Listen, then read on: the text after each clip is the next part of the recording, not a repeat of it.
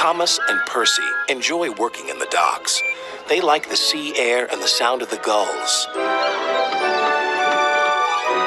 But one day, the friends were feeling hot and bothered. A crane was causing trouble. His name is Cranky, and this was his first day at the docks. "You're useless little bugs," he called from above. "If you put these freight cars on the inside lines, then I wouldn't have so far to travel." "Rubbish," said Thomas. "No crane has ever complained before." "Well, I'm complaining now." And Cranky banged his load down on the quayside. Later, the two engines met Gordon and James and told them about Cranky. "Cranes are airy-fairy things. They need a lot of attention, like me, in fact," said Gordon. "You should see the situation from Cranky's point of view," said James. "He's high up in the air, coping with wind, rain, and baking sun. Then he looks down and sees you two little engines being annoying. No wonder he calls you bugs." When Cranky heard that the big engines agreed with him, he grew bossier still.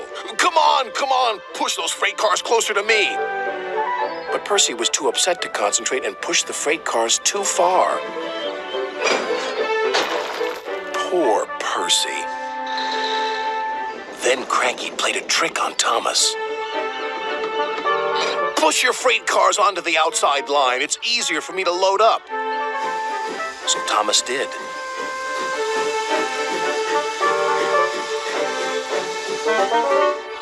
But Cranky left the loads beside the freight cars, not in them.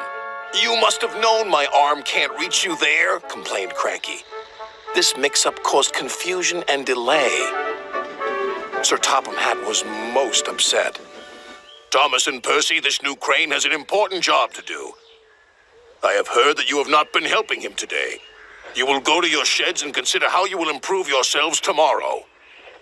Now Thomas and Percy were upset too.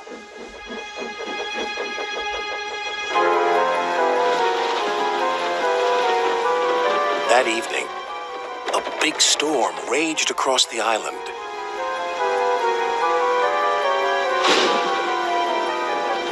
Cranky and the engines were trapped at the docks. "We're sure to be safe in this shed," said Duck. But he was wrong. The engines had no idea they were about to be put in great danger by an old tramp steamer. It was out of control and running aground, straight into the sheds.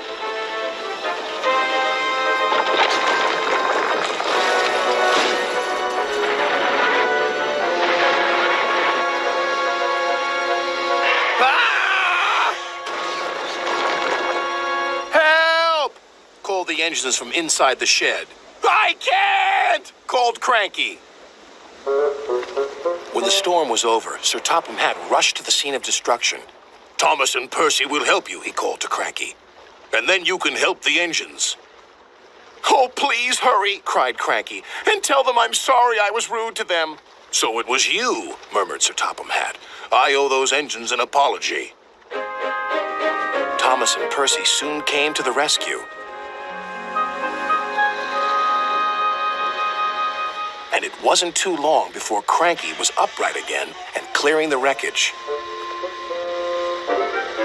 At last, all the engines were free. "Oh, thank you," said Gordon. "What would I have done without you?" "Well, I had to be rescued before I could help you.